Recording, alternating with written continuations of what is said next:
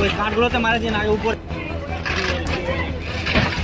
ভয়াবহ অগ্নিকাণ্ডে পুড়ে ছাই কয়েকটি ঘরবাড়ি এবং জানাবো স্থানীয়দের অনুমান গ্যাস সিলিন্ডার থেকেই এই অগ্নিকাণ্ডের ঘটনা।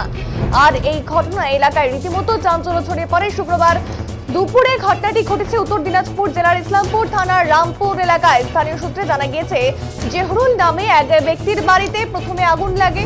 আর আগুনের তীব্রতা এতটা বেশি ছিল যে মুহূর্তের মধ্যেই বেশ কয়েকটি বাড়িতে সেই আগুন ছড়ে। স্থানীয়রা আগুন দেখতে পেয়ে তড়িঘড়ি আগুন নেভানোর কাজে হাত লাগিয়ে দেন। খবর দেওয়া হয় ইসলামপুর থানার পুলিশ ও ইসলামপুর দমকল বাহিনীকে। দমকলের একটি ইঞ্জিন গিয়ে আগুন নিয়ন্ত্রণে নিয়ে আনলে ততক্ষণে সবকিছুই পুড়ে ছাই হয়ে যায়।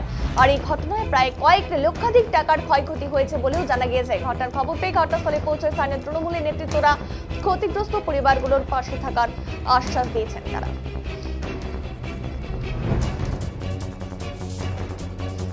দেখতে পাচ্ছেন সেখানকার ছবি, একেবারেই কোনো কিছুই কিন্তু আর অবশিষ্ট নেই। পরপর কয়েকটি ঘর যেমনটা দেখা যাচ্ছে ছবিতে, সমস্ত কিছু কিন্তু পুড়ে ছাই হয়ে গেছে। তবুও কিন্তু দমকল বাহিনী চেষ্টা করছে সেই আগুন নিয়ন্ত্রণে আনার, কিন্তু তার আগেই কিন্তু বলা যেতেই পারে সমস্ত কিছু পুড়ে ছাই।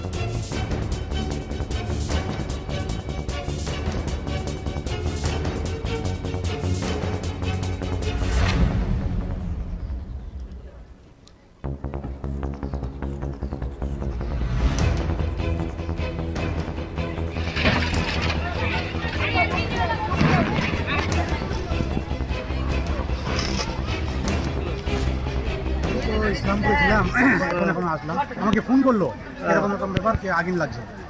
আমি ফায়ার স্টেশনকে ফোন করলাম, ওখান থেকে গাড়ি পাঠালাম। তারপরে আমি আসলাম, দেখছি কয়টা বাড়ি পড়ছে? 5-6টা বাড়ি চলে গেছে। 6টা বাড়ি পড়ে গেছে এখনো। আগুন কি নিয়ন্ত্রণে আসছে এখনো? হ্যাঁ, এখন তো আমি তো ইসলামপুরে ছিলাম, এখন আসলাম। বলছি এখন কি আগুনের কি অবস্থা? এখন আগুনের পরিস্থিতি আর কি আমাদের দমকলে এসে আর কি নিয়ন্ত্রণ হয়ে গেছে, আর সামান্য কিছু আছে। ও কটা ঘর পড়ছে দেখা গেল? 3টা ফ্যামিলির ঘর ছিল। কি করে লাগলো জানা গেছে? তো ওরা বলছে গ্যাস ফায়ার থেকে লাগছে আর কি। এসি আছে, তদন্ত করে দেখবে আর কি।